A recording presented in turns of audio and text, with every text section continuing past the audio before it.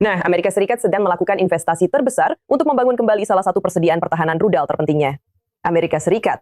Amerika Serikat. Angkatan Darat Amerika Serikat telah memberikan kontrak kepada Lockheed Martin senilai hingga 58,6 miliar dolar untuk memproduksi rudal pencegat Patriot hingga tahun 2032. Pengumuman ini muncul di tengah laporan bahwa jumlah rudal pencegat mungkin tidak cukup untuk mempertahankan perang dengan Iran pada tempo saat ini. Perang di Iran dan Ukraina telah menguras persediaan Amerika Serikat. Jadi Lockheed sekarang berencana untuk melipat gandakan produksi hingga 3 kali lipat pada tahun 2030. Bergabung bersama kami untuk membahas lebih lanjut. Sekarang kami bersama David DeRoche, Profesor di Thayer Marshall Institute. David, selalu senang memiliki Anda di sini bersama kami di i24 News. Hampir 59 miliar dolar, boleh saya katakan. Ini adalah komitmen yang sangat besar. Apa yang ditunjukkan besarnya kontrak ini tentang seberapa serius Washington memandang ancaman rudal? Ya, ini memang serius dan sudah seharusnya dilakukan sejak lama. Dan penting untuk dicatat bahwa Lockheed Martin hanya membuat satu jenis. Ada dua tipe rudal Patriot yang digunakan AS Serikat. Lockheed Martin hanya membuat salah satunya. Jadi, yang satunya lagi dibuat oleh Raytheon. Rudal buatan Lockheed Martin, yaitu PAC-3. Rudal itu memiliki hulu ledak non-eksplosif.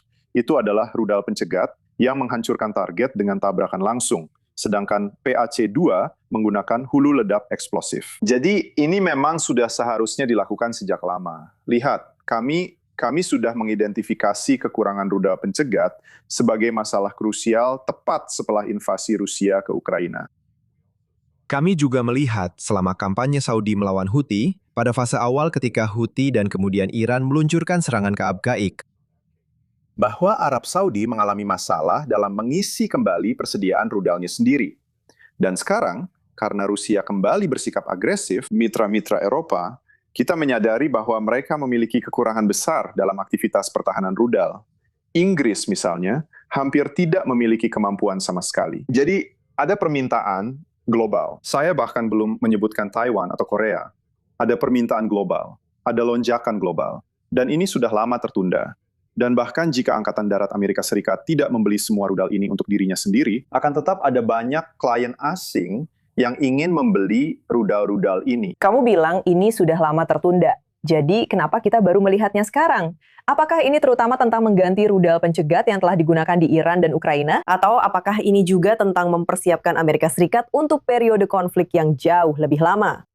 Keduanya. Saya rasa perang Ukraina benar-benar menjadi pendorong utama hal ini. Memang terjadi perubahan. Maksud saya, sejak akhir Perang Dingin hingga sekitar tahun 2022,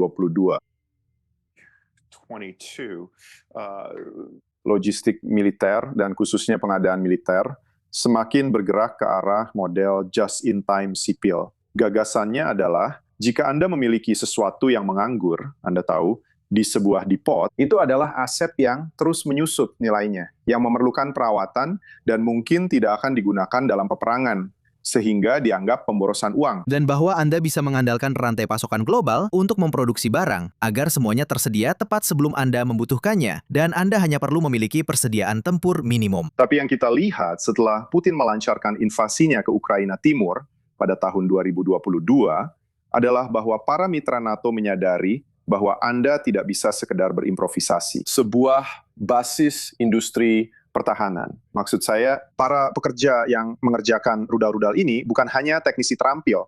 Mereka juga harus memiliki clearance keamanan. Anda tidak bisa begitu saja merekrut mereka dari Craigslist. Dan ada juga komandan Komite Militer NATO saat itu mengatakannya dengan sangat tepat. Dia berkata, lihat, jika kita ingin memiliki kapabilitas yang sangat dibutuhkan, tetapi jumlahnya terbatas yang kita butuhkan untuk perang, kita harus menerima kenyataan bahwa kita mungkin harus membayar selama 30 tahun untuk pabrik-pabrik yang memproduksi barang-barang yang secara teknis tidak kita butuhkan hari ini atau dalam waktu dekat. Itu memang biaya untuk mempertahankan basis industri pertahanan yang aktif. Dan hal itu sudah diakui. Sayangnya, menurut saya, di Amerika Serikat, kita belum mengambil tindakan drastis seperti yang seharusnya kita lakukan. Karena sebagian besar, Menteri Pertahanan kita sepertinya kurang fokus pada hal itu. Dia tampaknya lebih peduli pada isu-isu kekuatan, pertimbangan dan kebijakan perekrutan, serta hal-hal lain daripada menangani masalah sulit seperti mereformasi basis industri pertahanan. Jadi menurut saya, ini sudah sangat terlambat. Dan sejujurnya, saya pikir Lockheed Martin sudah tahu ini akan terjadi. Saya rasa kontrak ini mungkin salah satu dari sedikit kontrak pemerintah yang benar-benar diselesaikan lebih cepat dari jadwal. Saya rasa mereka memang telah memperluas kapasitas sebagai antisipasi atas pemberian kontrak ini. Nah, ini jelas sebuah kebutuhan. Tapi apa sebenarnya artinya untuk saat ini?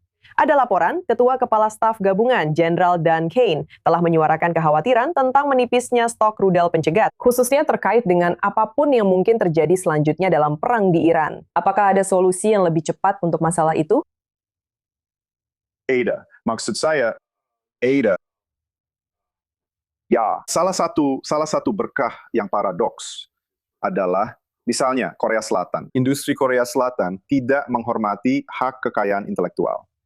Jadi, dan ada banyak litigasi dengan Apple dan sejenisnya. Jadi, ada sistem yang disebut Chonggang, yang sangat mirip dengan Patriot, dan kompatibel dengan sistem Amerika Serikat dan sistem lainnya. Uni Emirat Arab telah membelinya, misalnya. Jadi, dan ada negara lain yang membuat interceptor yang tidak seandal Patriot. Tentu saja Israel. Dan saya ingin menegur dengan halus para pendengar, Anda Israel sudah meremehkan Patriot selama 30 tahun. Terutama agar mereka mendapatkan pendanaan dari AS Serikat untuk mengembangkan sistem buatan sendiri daripada hanya menerima Patriot. Tapi Israel, Anda tahu, sejauh mereka bisa memproduksi lebih banyak, mereka akan mengisi kekosongan itu. Dan tentu saja akan ada perluasan lisensi Patriot. Kemungkinan PAK 2 dan PAK 3 di antara mitra Eropa kita dan bahkan Ukraina. Jadi ini tidak akan langsung terselesaikan, langsung. Akan ada risiko yang diambil di beberapa tempat, kemungkinan di Asia Timur, tapi saya rasa itu masih bisa dijembatani.